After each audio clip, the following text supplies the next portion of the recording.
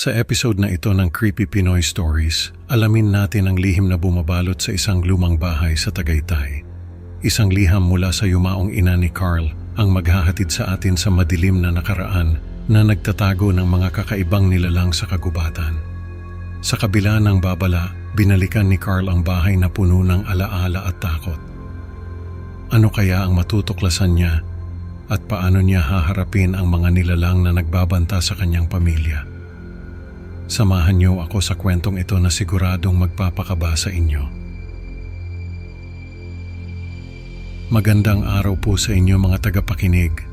Ako po si Carl at gusto ko lang magpasalamat sa inyo sa paglalaan ng oras para pakinggan ang kwento ko. Nakatira kami ngayon sa Maynila kasama ang aking asawa na si Shirley at ang aming anak na si Lexi.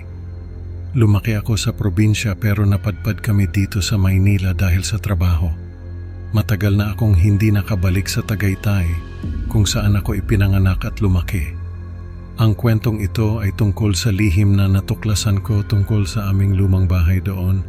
Isang lihim na nagmula pa sa aking yumaong ina, si Rosario. Madilim at maulan ang gabi nang matanggap ko ang liham mula sa aking yumaong ina, si Rosario. Nasa sala ako ng aming bahay sa Maynila, kasama ang aking asawa na si Shirley at ang aming anak na si Lexi. Ang tunog ng ulan ay tila ba nagbabanta ng isang bagay na hindi ko pa nauunawaan. Binuksan ko ang sobre at nakita ko ang sulat kamay ni Inay.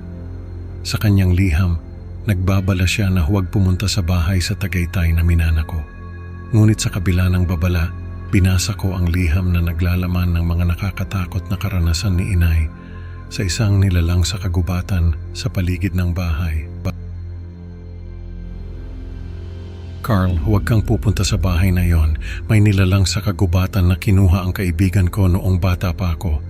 Hindi ko na sana gustong maalala ito pero kailangan mong malaman. Ang sabi sa liham, ang mga detalyeng ito ay nagbigay ng matinding kaba sa akin. Ngunit hindi ko maiwasang magtaka kung ano ang tunay na nangyari kay Inay. Habang binabasa ko ang liham, naramdaman ko ang panginginig ng aking mga kamay. Napatitig ako sa bintana kung saan ang ulan ay patuloy na bumubuhos. Bakit ngayon lang ito sinabi ni Inay? Tanong ko sa sarili ko. Sa kabila ng takot, nagpasya akong alamin ang buong kwento.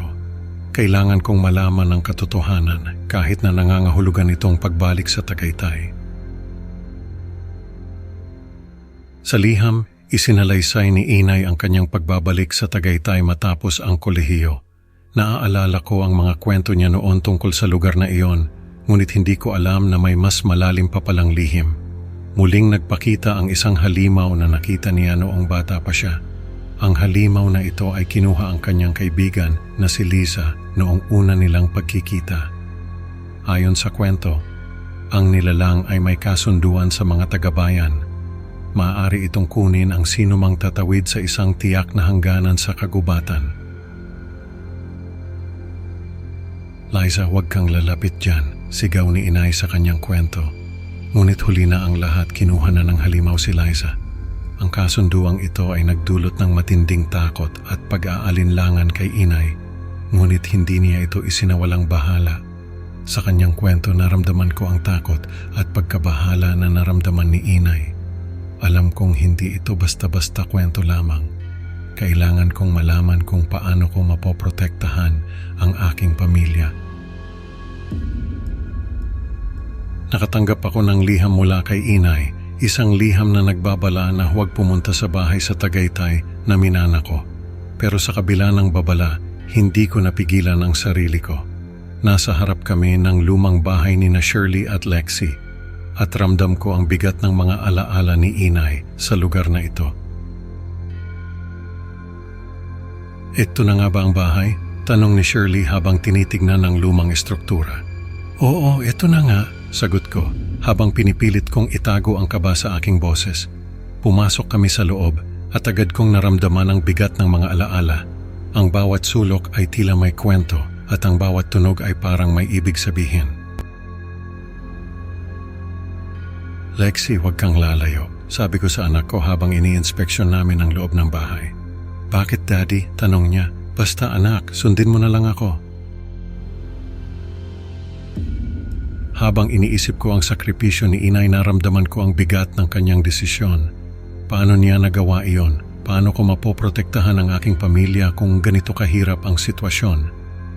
Sa bawat hakbang ko papasok sa bahay, nararamdaman ko ang bigat ng desisyon ni inay. Alam kong hindi magiging madali ang susunod na mga araw, ngunit kailangan kong malaman ang buong katotohanan.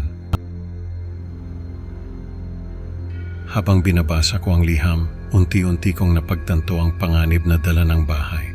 Nasa loob kami ng sala at ang bawat salita sa liham ay tila baga nagiging totoo. Carl, hindi mo dapat dinala ang iyong pamilya dito, sabi ni inay sa liham.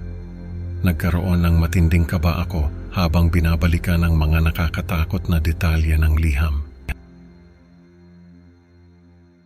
Shirley, kailangan nating umalis dito, sabi ko sa aking asawa. Ngunit bago pa siya makasagot, naramdaman ko ang malamig na hangin na tila bumabalot sa buong bahay. Anong nangyayari, Carl? Tanong ni Shirley, halatang nag-aalala. Hindi ko alam kung paano ko ipapaliwanag sa kanya ang lahat ng ito. Biglang narinig ko ang pagbasag ng salamin at ang mga sigaw ni Shirley at Lexi. Agad akong tumakbo papunta sa kanila, ngunit huli na ang lahat. Nakita kong kinuha na ng nilalang ang aking pamilya.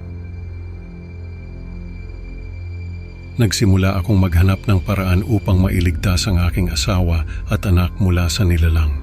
Sa paghahanap ko, natagpuan ko ang mga bakas ng dugo at mga yapak na nagdadala sa akin sa kagubatan. Hindi pwedeng dito magtapos to.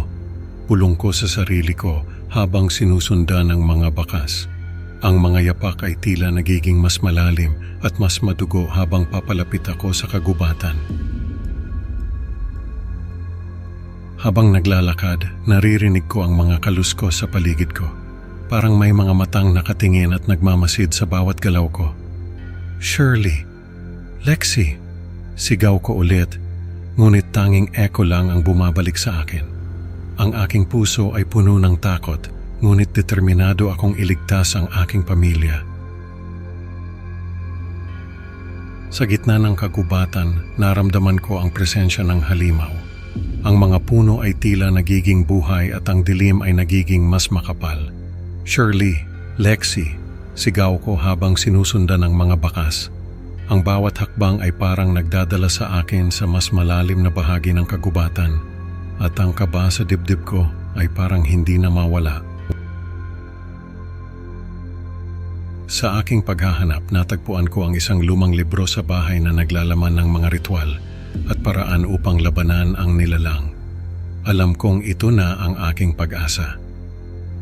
Sa tulong ng libro, sinubukan kong labanan ang halimaw. Ang bawat pahina ay naglalaman ng mga sinaunang ritual at dasal na kailangan kong sundin. Hindi mo na makukuha ang pamilya ko, sigaw ko habang isinasagawa ang mga ritual.